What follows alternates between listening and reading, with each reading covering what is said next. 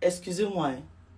Toutes les vidéos que je vais faire pendant la période des fêtes là, je vais dire joyeux Noël dedans. Et après, on va dire bonne année. Pour le moment, là, je vous dis joyeux Noël encore. J'espère que vous avez bien réveillonné et que vous avez eu beaucoup de cadeaux. En famille, bien sûr, parce que c'est une fête familiale. On fait l'anniversaire de Jésus, pour ceux qui sont chrétiens. Donc, la dame qui nous explique cette histoire a 75 ans.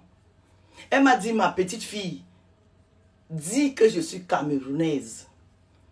Donc 75 ans, c'est ma grand-mère à moi, parce que ma mère m'a eu jeune. Donc celle-ci, c'est ma grand-mère. Et je vais dire merci à une maman de 71 ans qui m'a envoyé un beau message avant-hier. Elle m'a écrit, merci maman, j'ai bien écouté vos conseils, j'ai bien lu, c'est rentré ici et ça va rester dedans. Et j'ai écouté avec mes oreilles. Merci maman. Merci à tous ces mamans qui m'envoient les messages, qui m'envoient les retours par rapport aux histoires que je raconte. Vraiment merci. Ça ne veut pas dire que je ne remercie pas tous mes autres loulous. Mais vous savez que quand c'est les personnes âgées, quand c'est les grands-mères et les mamans qui vous envoient les messages, ça n'a pas le même impact parce que ils ont et elles ont du vécu. Ça veut dire qu'elles adhèrent à ce que je fais. Donc cette maman de 75 ans me dit, j'ai eu ma première fille jeune. À l'époque, je n'étais pas mariée. Chez nous, on appelle ça les enfants naturels.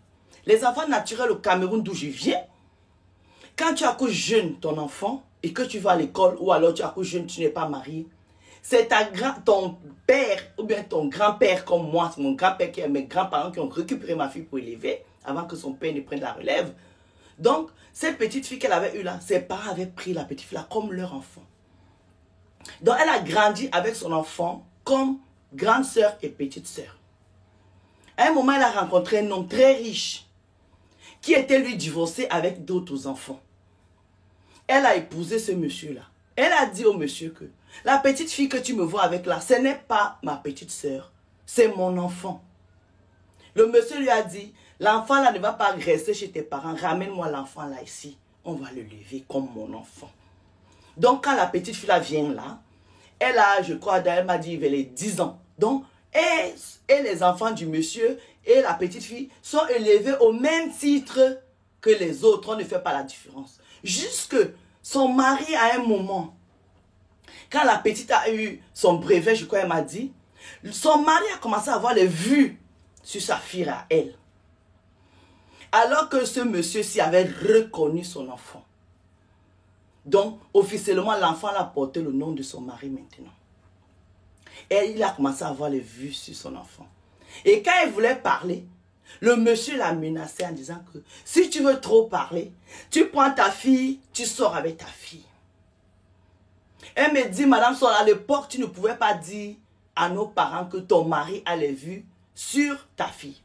Donc elle a encaissé. Elle me dit, j'en ai souffert. À un moment, j'ai pris ma fille, je suis rentrée chez nous. Mes parents m'ont porté sur la tête, ils m'ont ramené chez le monsieur. Je ne peux pas vous dire si c'est parce que le monsieur avait l'argent ou c'est parce que mes parents avaient honte que je revienne à la maison familiale. Parce qu'à l'époque, c'était la honte. Quand ton enfant va en mariage, il revient, la honte était sur toute la famille. Donc elle, jusqu'à aujourd'hui, elle ne sait pas le pourquoi ses parents ne l'ont pas écouté, ne l'ont pas protégé. Donc son mari a commencé à sortir avec sa fille. Elle dit, j'ai fermé les yeux, ma fille. J'ai fait comme si je n'ai pas vu parce que je n'avais pas le pouvoir de partir, rentrer en famille. Je n'avais pas le pouvoir de faire quoi que ce soit. Donc son mari sortait avec sa fille et elle-même la maman. Elle me dit, Madame Sol, quand ma fille a eu le bac, mon mari a pris ma fille et l'a envoyée en France. Elle est venue se faire ses études. Mon mari avait refusé qu'elle ne vienne pas en vacances jusqu'à ma fille a fini les études. Mon mari allait en vacances. En France, il continue à faire les choses, Madame Sol. Elle dit qu'elle était en train de dailler de l'intérieur. C'est ce que vous dites souvent que il y a la torture morale, elle est dangereuse. Elle me dit, Madame Sol, chaque fois quand mon mari partait en France sans moi, je me faisais les films que, c'est fini. Il est dans le lit avec ma fille. Et ça n'a pas loupé. Cette fille est tombée enceinte de son beau-père, de son père. Parce qu'officiellement, c'est son père. Madame Sol, on allait faire comment? J'allais faire comment? Puisque j'avais accepté ça depuis le premier jour. Elle dit, Madame Sol, ma fille a accouché. Mon mari n'a pas reconnu l'enfant là. Ma fille est restée en France avec son enfant. Elle a élevé son enfant. Moi, j'étais la mamie. C'était devenu un secret familial. Mais ses sœurs, dont les enfants de mon mari savaient que les pères sortaient avec ma fille. Puisque de temps en temps, ça m'intriguait. Madame Sol, ma fille est tombée sur un homme en France qui va l'épouser. Elle a épousé le monsieur. On a fait la dot. On a fait le mariage. Comme mon mari avait les moyens, on a fait un gros mariage. En France et en Afrique. Et au Cameroun ici. Jusqu'on n'a pas dit à ce monsieur que... pardon. La femme qui l'épouse là, elle a subi ces choses-ci, ces choses-ci. On a gardé ça. Mais il y a un enfant qui est dans la maison. Qui appelle le monsieur papy. Alors que c'est son père. Ça veut dire que l'enfant qui est dans la maison... Officiellement, il n'a pas reconnu. Mais s'il avait reconnu, il porterait le même nom que sa mère. C'est parce que comme il a reconnu ma fille, il ne peut pas donner son nom à son petit-fils. Donc, ma fille a commencé à coucher les enfants dans son foyer. Son mari n'a jamais rien su. Et les enfants ont grandi comme ça. Mon mari meurt, Madame Sol. Ma fille prend toute sa famille en France. Elle l'amène au Cameroun. On fait les funérailles et tout. C'est en plein funérailles que le fils aîné de mon fils dit à l'avocat de mon mari que il faut lire le testament quand il y a tout le monde. Parce que lui, le fils aîné, il vit aux États-Unis avec sa famille. Tout le monde est descendu. Mais n'oubliez pas que les enfants de mon mari savent que les pères sortaient avec les sœurs, par alliance on va dire, mais officiellement les sœurs. Madame Sol, quand l'avocat commençait à lire le testament, mes cheveux sont sortis de la tête. Mon mari a donné plus de choses à mon enfant et à son enfant que à ses propres enfants. Les enfants de mon mari étaient obligés de péter un câble. Et c'est comme ça que le mari de ma fille apprend que l'enfant que lui, il a trouvé avec sa femme dans la maison, qu'il a élevé comme son enfant. En fait, sa femme a eu ça avec son père.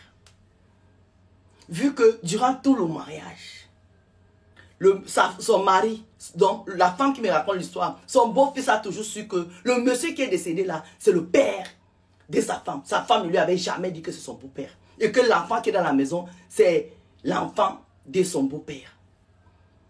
Elle me dit, Madame Sol, c'est comme ça que j'ai fui le Cameroun. Dès que ça a éclaté, je ne pouvais plus rester là.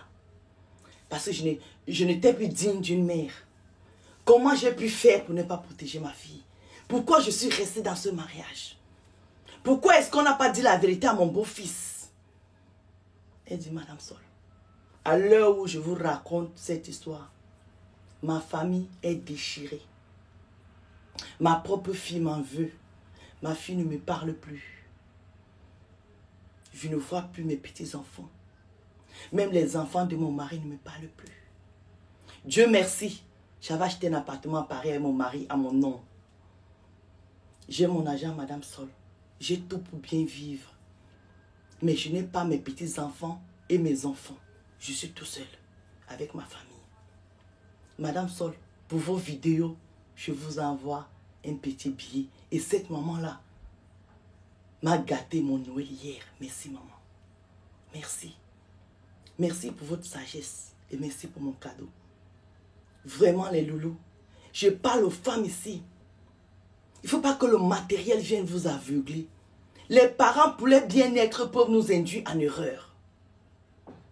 Ne laissez pas ça. Je vous ai dit, c'est que vos enfants avant tout. Rien ne doit passer avant vos enfants. Même votre propre vie, à un moment donné. Maman, le chapeau de la gloire. Joyeux Noël. Bisous. Notre combat, nos enfants. Notre combat, nos enfants. Notre combat, nos enfants.